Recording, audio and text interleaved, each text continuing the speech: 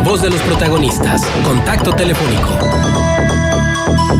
Sergio Negrete es economista y columnista del Financiero. Un gusto saludarte, Sergio. Muy buenos días en el estudio Marcela Pámanes y Juan Ceballos.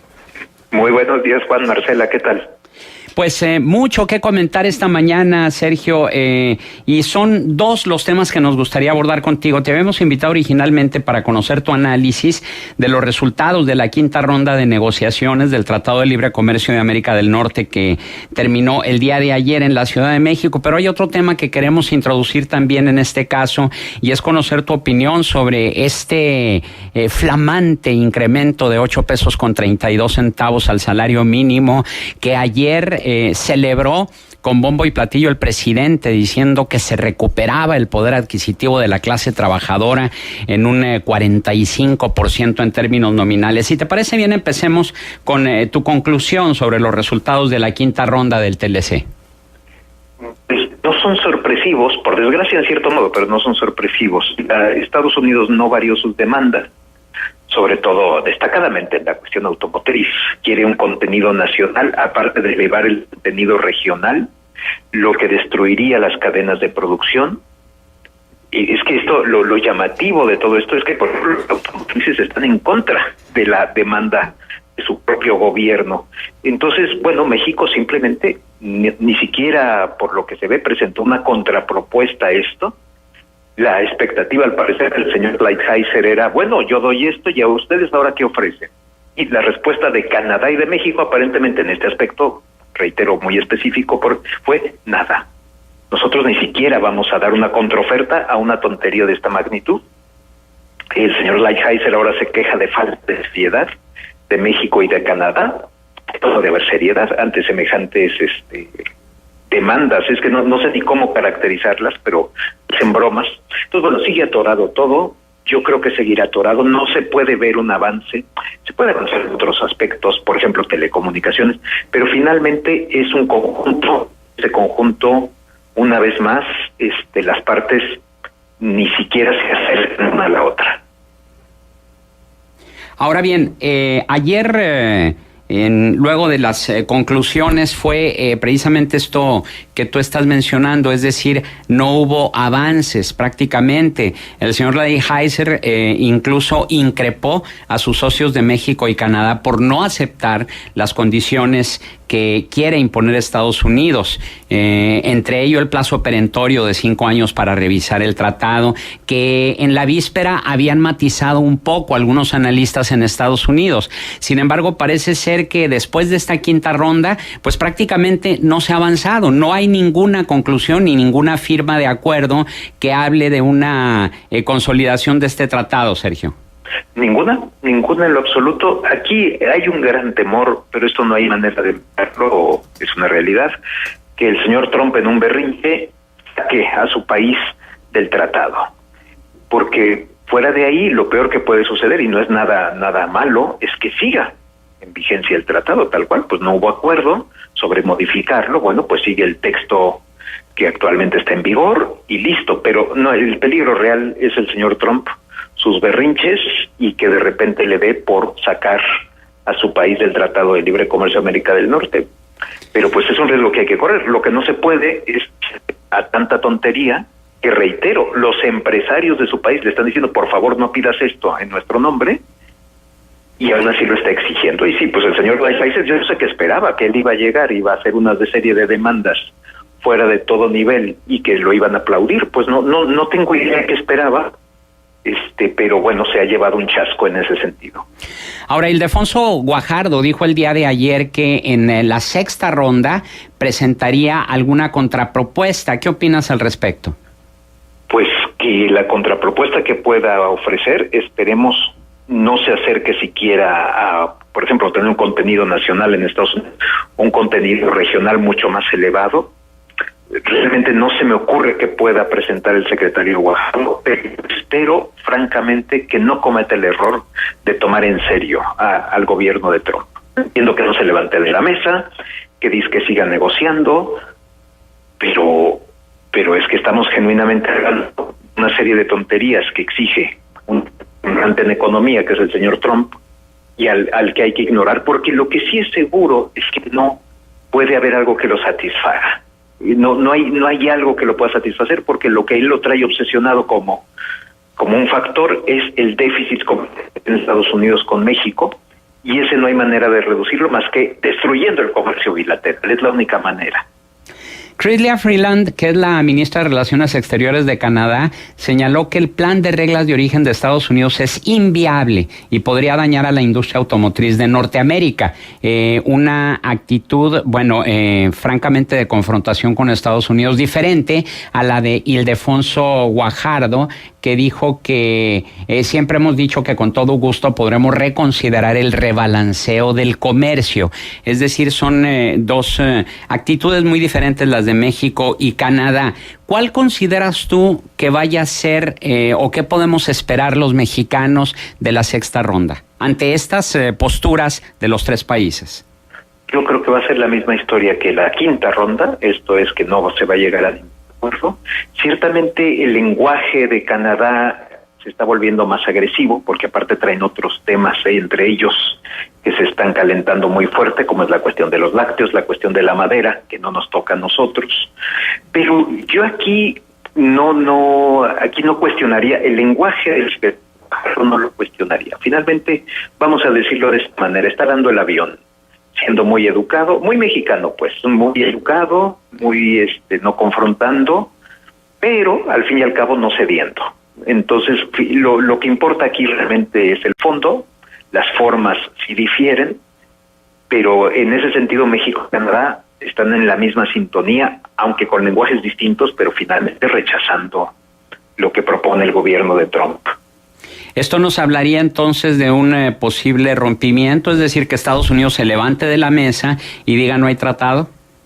Sí puede llevar a esto. Es un riesgo significativo, porque aparte el señor Trump es muy irracional, es una gente que se deja llevar por los corajes, entonces por supuesto.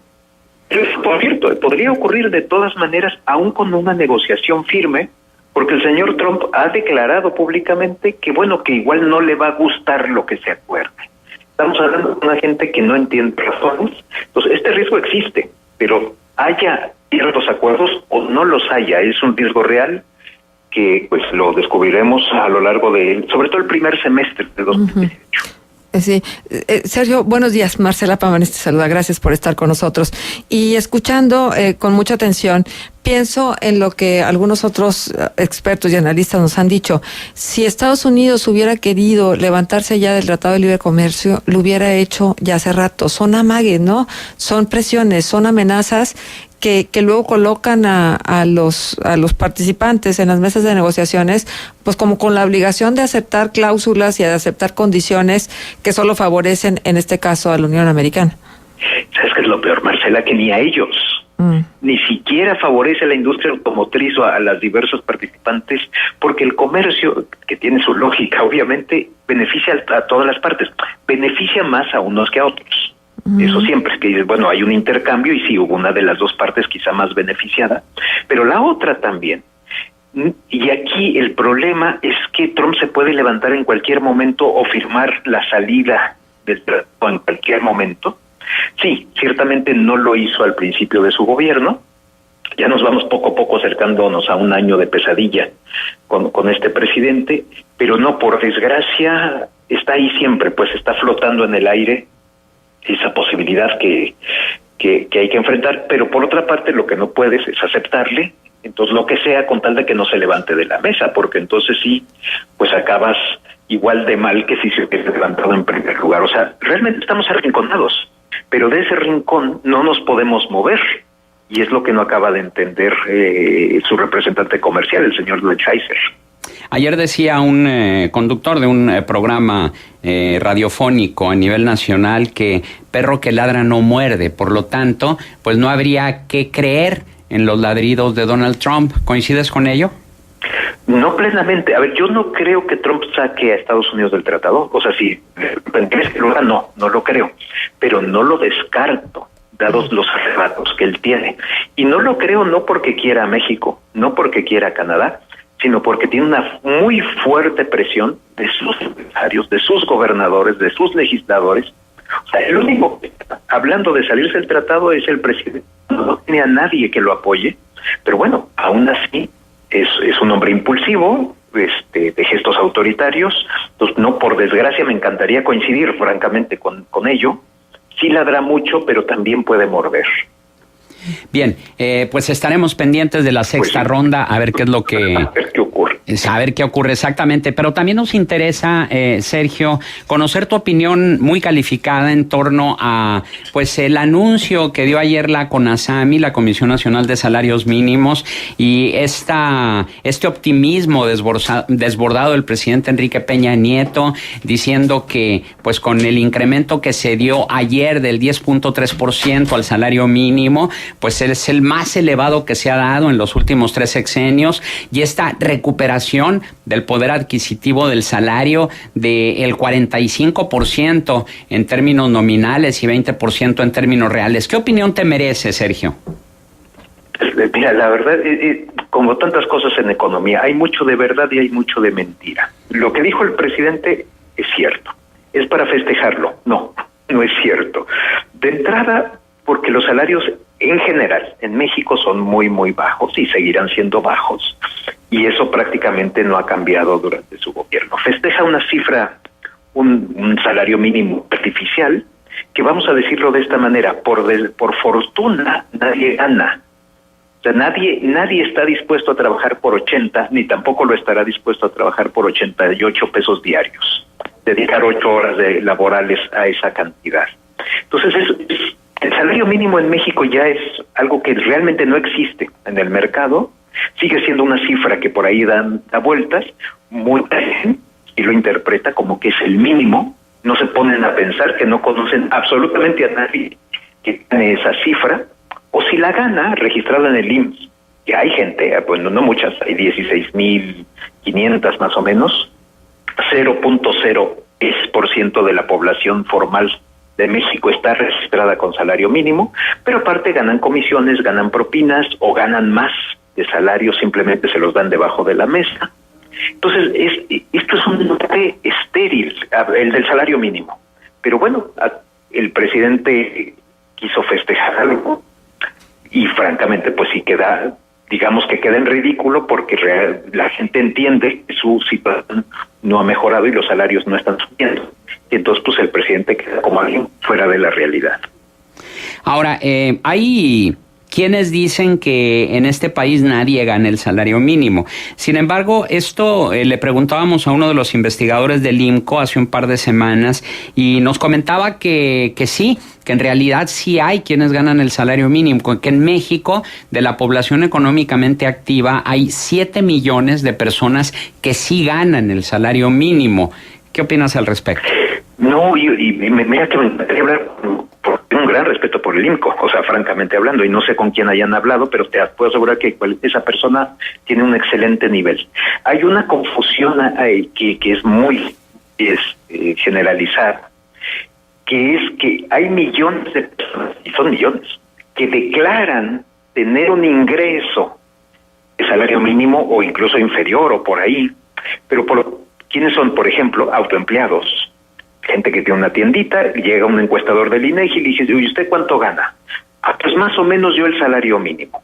Pero salario no es ingreso, no es que alguien los tenga en una nómina pagándoles el salario mínimo. Es gente que declara tener un ingreso similar al salario mínimo y así se le contabiliza.